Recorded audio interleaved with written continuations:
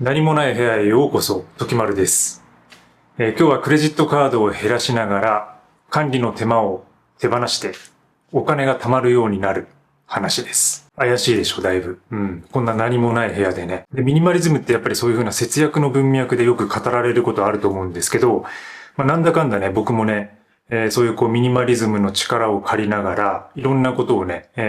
削減したりとか、節約したりとか、最適化したりとかしています。で、最近ほら、クレジットカードとか、キャッシュレスとか、もうポイント合戦でどこもすごいじゃないですか。で、そういうのに疲れてしまうんですけど、そこをね、冷静に見ながら、いかにミニマルにしていくかっていうね。それを行うことで、やっぱりその刺激を減らしながら、もうほぼ自動化するっていうのかな。なんかその自分の経済的なところとか、管理に関しては。それが一番楽で、ストレスなく無駄遣いを防げるっていう方向に行くのかなと思ってます。で、なぜこの話をしようと思ったかというと、この間ね、久々に友達と会ったんですよ。そしたらその友達が、実はそのクレジットカード好きってことが発覚して、で、ブラックカードを持ってるんですよね。で、いろいろ話を聞いたら、もうカードがいろいろやっぱ好きすぎて、で、そのブラックカードを持ちたいがために、そのステータスのために持っているっていう。いわゆるプライオリティパスっていういろんな空港を無料で使えるようなサービスがついてるようなカードがあるんですけど、それを持っていて、それを使うために行ってると。ただね、結局海外に行く機会がそんなに年に1、2回しかないんで、元は取れてないみたいなね、話をしてたんですけどね。で、やっぱりそのステータスに憧れてみたいなのって誰にもあると思うんですよ。で、自分自身もそうでした。で、僕はもう26、7の頃にもうそれは卒業したんですけど、やっぱりそのアメックスのね、カードを使って、ゴールド、で、プラチナまでインビテーションが来て、で、結局それは僕は切り替えなかったんですけど、ずっとグリーンのプロパを使ってたんですけどね。そういうのが、ワクワクするような時代もありました。ただ自然とそれがやっぱり減っていったのは、ミニマリズムに出会ってからでもあるし、それ以降はやっぱりそのポイント効率とか、もうどこでも使える、オールマイティに使えるようなカードを選ぶようになってきましたね。で、結構これまでいろんなカードを使ってきたんですよ。でもやっぱりその時々で自分に合うカードっていうのがあって、で、必ずもうメインは1枚にしています。で、これまで使ってきたカードのヒストリーみたいなものに関しては、自分のメンバーシップコアの方で書いてるので、結構深掘りした記事をそこでは書いてるので、興味がある方はぜひ見てみてください。で、今日は今現在の話をしたいと思います。でね、その友達がね、とにかくステータスのために持っていると。で、そういう人はいいんですよ。僕はもう、そういう人はもう、気持ちわかるので、そのクレジットカード好きっていうね、で、いろんなものを比較したりとかして、で、たくさんのカードを持ちながら、で、どのお店にはこれが得意だみたいなものを使い分けながらね、やっていくっていう。そういうスタイルは全く否定はしません。ただ昨今の問題で言うと、やっぱりほら、セキュリティの問題とか証券会社で出てきたりしてるじゃないですか。で、あれも結局一緒で、クレジットカードもね、持てば持つほど、それだけそのアカウントのログインとかパスワードとか、あるいはそのナンバーが必要になってくるので、基本的にセキュリティのリスクが増えるっていうことになります。そういうセキュリティの面でもですね、やっぱりカードの数をミニマルに絞っておくっていうのは、結構有効なことかなと思っています。で、ステータスに関して言うと、そのステータスっていうのはそもそも、階級の話なんですよね、これね。だから、例えばイギリスの王族っていうのはものすごいそのステータスを持ってるわけで、もう生まれた時に大体その決まってると思うんですよ、身分っていうのは。だから私みたいなその平民がですね、いくらそのブラックカードを持ってステータスを上げようと思っても上がりません。そういうステータスみたいなものに惑わされないっていうか、そのステータスさえも手放していくっていうのかな。そういうのがエクストリームだと思っています。世界的に有名なね、ミニマリストのロブニーね、ロブ・グリーンフィールドさんは、もうクレジットカードもバンクアカウントも持ってないんですけども、自分もそこまで行きたいんですけども、なかなかね、日本でクレジットカードなしで生活するっていう、で、こういうふうにデジタルな配信とかやっていながら生活するっていうのはなかなか難しいので、で、一つだけ持つようにしています。はい、前置き長くなってますけど、私が持ってるカードはこれだけですね。はい。三井住友のカードです。ゴールドカードです。ゴールドナンバーレスっていうのかな。これだけです。で、正確には、他のカードも持ってはいるんですけど、それはちょっとまた後でご紹介したいと思うんですけど、基本的にクレカはもうそれだけですね。はい、今。詳しいね、スペックとか内容については、他でもっと詳しくね、解説しているカードマニアの方がいるので、ね、そういう人たちの情報を見てもらいつつなんですけど、ざっくり説明しておくと、特徴的なところは、その100万円修行っていうのがよく言われてるやつで、年間100万円使うと年会費が無料になるっていう。で、ゴールドカードっていうのは割とその特典がついているものが多くて、空港のラウンジを使えるとか、旅行保険が付帯するとか、そういうものがいろいろついてたりするんですけど、それの一応ゴールドスペックがついておきながら、年会費を無料にできるっていうものです。年会費が確か5500円とかだったかな。それでもだいぶゴールドにしては安い方だと思うんですけど、それがまず無料になると。で、貯まるポイントというのは V ポイントというものです。はい。で、還元率は 0.5% ですね。なので大体楽天カードとかそういうものは基本的に 1% の還元率が多い中で 0.5% ってなかなか低いんですけども、ここもちょっと裏技があって、年間100万円以上使うと、1万ポイントのキャッシュバックが得られます。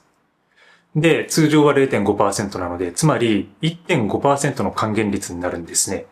で、なかなかその 1.5% の還元率のカードってないので、市場に出回っている中では、年会費無料にしては、ほぼ最強クラスの還元率ということになります。で、V ポイントの使い勝手ってどうかというと、割とね、使えるところは多かったりとか、ポイントがその場所によってはよく貯まるみたいなお店も結構増えてたりしていて、僕はほとんど使わないお店ですけど、たまにでもコンビニとかね、やっぱりセブンイレブンとか、ああいうところはどこにでもありますので、役には立ったりしているんですけど、なので溜まったポイントも使いやすいと。で、もちろん、その自分の使ったものに充填できるので、使った金額にそのまま当てることもできると。そういう感じになってます。で、あとはその証券会社との紐付けによって、積み立てていくときに、積み立てでもポイントがもらえるっていうね。これ知ってる方多いと思いますけどね。三井住友だったら SBI 証券。で、楽天カードだったら楽天証券みたいなね。そういう感じで、いわゆるその経済圏みたいなところで、ポイントが溜まっていくと。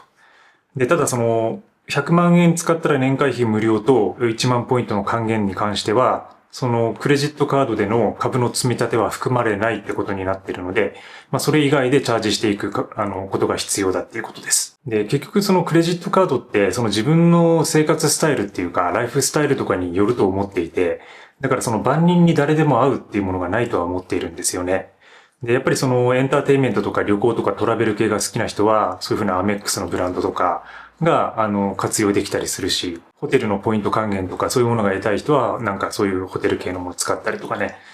ただやっぱり自分自身はまず、そもそも買わないっていうこと、買い物をまずミニマルにしていくっていうことが一つあります。だからつまりそれは、どの場所で買うかによってこのカードを使うみたいな、そういうまどろっこしいことはまずしないっていうこと。で、だから平均的に、還元率が低くても平均的にどこで買ってもある程度貯まるみたいな、そういうものを使うっていうことを目指しています。で、クレジットカードの本質を何かと考えたときに、これもうステータスでも何でもなくて、決済インフラなんですよね。これ世界中に張り巡らされた決済インフラの提供で決済手段であるっていうことなんですよ。まずはそのセンターピンを見つめることが大事で、だからそれ以外のことはほとんど関係ない。もう、それくらいの感じで僕は考えてます。一つの決済手段にしか過ぎないっていう考えを持つっていうこと。で、それも結局、決済を先延ばしにしてるわけですから、なるべく、現金をもう先の未来で払うってことをしたくないんですよね、本当は。だからそういうわけで、即時引き落としのデビットカードみたいなものに繋がってはくるんですけど、あとその前にポイントのことで話をすると、やっぱりいろんな目的、マイルに高還元できるカードっていうのは確かにあります。で、自分自身も、マイルに還元できるカードを使っていた時期もあります。むしろその方が多くて、このカードに行く前はほぼほぼですね、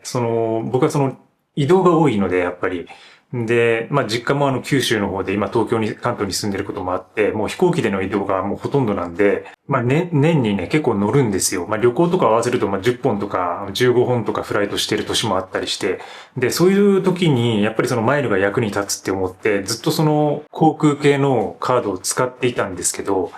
気づいたんですよね。やっぱ特典航空券っていうか、マイルで取れるような航空券っていうのはもう縛りが出ると。それは、フライトする、航空会社の縛りも出てくるし、あとは日時とその時間ですね。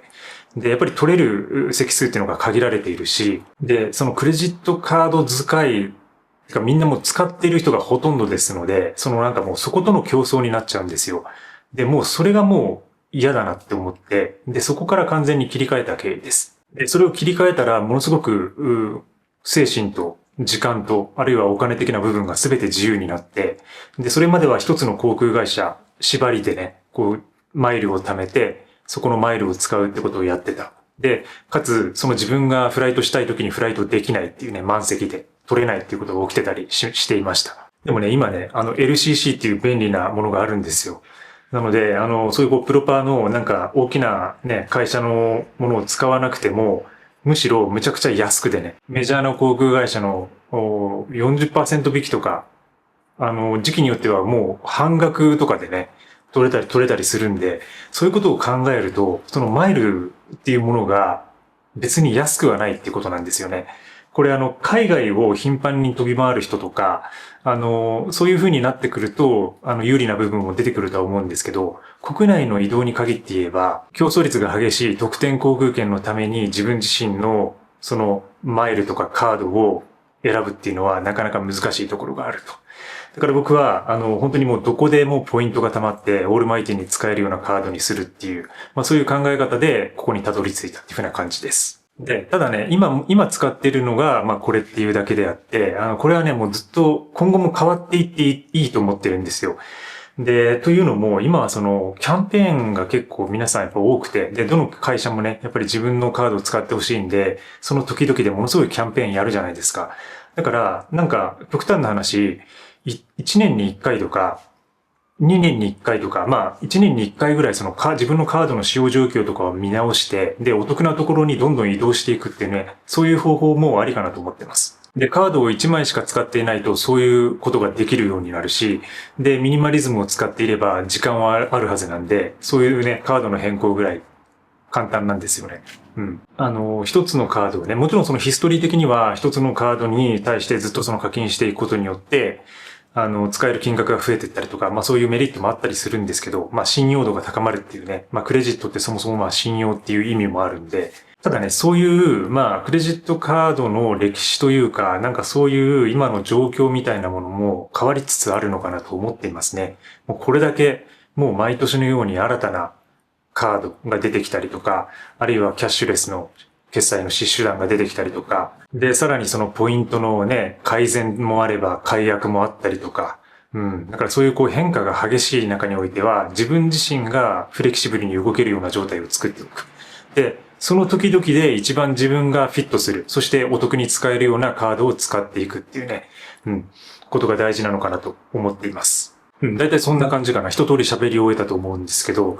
言いたいことは。で、さっきその支払いを先延ばしにしないとか、買うものをそもそも少なくするみたいな話をしたと思うんですけど、そういう意味でやっぱりデビットカードが結構有効だなと思っていて、で、実はそのデビットカードも使ってます。だから僕のシステムっていうのは、クレカ1枚にデビットカード1枚。だから厳密に言えばカードは2枚なんですよ。ただそのクレカは1枚だけっていうね、常に何かを1枚だけ使うことにしているっていう感じで、最近なんかものすごい還元率のデビットカードが出てきてるんですよね。だからちょっとね、それをね、使い始めていたりするんですけど、で、自分の場合その事業もやってるので、個人事業のものと自分の生活のものを分けるっていう意味でも、結構2つあるのは、なんかいいなっていうか、最近そっちの方がやりやすいなっていうふうに感じています。感じるようになってきました。だから事業系のものはやっぱりね、そういうクレジットカードで決済して、自分の生活で使うものは全部デビットカードで即時引き落としみたいなものを使うと。で、クレカで決済すると、やっぱり明細が結構詳しく載ったりとか、あとダウンロードしてね、簡単に参照できるので、やっぱ確定申告の時楽なんですよね。だからやっぱりどうしても個人とかフリーでやってる方は多分ね、その自分用のそのビジネスカードみたいなものを作ってる人も多いと思うんですけど、作るまでないような人は、せめてその事業用と自分の生活用をちょっとだけ分けておくと。で、そのためにクレカとデビットカードの2種類にするっていうね。なんかそういう戦略がシンプルで一番ミニマルかなと最近は思っています。で、それに伴ってね、やっぱその家計管理、どこに紐づけて、で、マネーフォワードみたいな、その家計アプリをどういうふうに管理していくかみたいな、そういうちょっと細かいところもあって、まだね、語りたいこといろいろあるんですけどね、今日はちょっとね、長くなりそうなんで、それだけに留めておきます。とりあえず、使っているクレジットカードを1枚にしましょうっていうこと。そうすることによって管理が楽になって、お金もほぼ自動的に貯まるようになっていきます。なので、なんかそのセキュリティのためにもカードたくさん持ってますみたいな人は本当に、